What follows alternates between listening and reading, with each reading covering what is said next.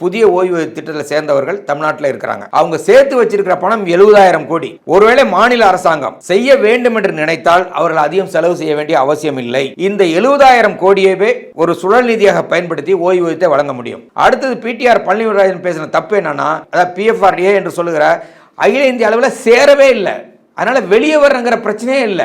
சேர்ந்தாதானே வெளியே வர்ற பிரச்சனை. அப்போ ஒரு கேள்வி கேட்க தோணுது இல்லை, தமிழ்நாட்டின் முதல்வர் இந்தியாவிலேயே முதன்மையானவர் என்று பல பத்திரிகையெல்லாம் கணிப்பு பண்ணியிருக்காங்க.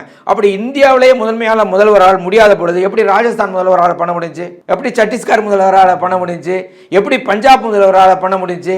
அப்போ என்ன கேள்வி வருகிறது, அப்போ நம்ம முதல்வரால் முடியாதா? நிச்சயமாக முடியும். அதை என்னன்னா, இதை பற்றி சரியான புரிதலை இந்த அரசாங்கத்துக்கு ஏற்படுத்தாமல் விட்டுவிட்டார்களோ என்று சந்தேகம் இருக்கிறது. நிச்சயமாக முதல்வர் மு.க. ஸ்டாலின் அவர்களே இதை அறிவிக்க வேண்டிய ஒரு கட்டாய சூழ்நிலை தேர்தலுக்கு பிறகாவது உருவாகும் என்ற நம்பிக்கை இருக்கிறது.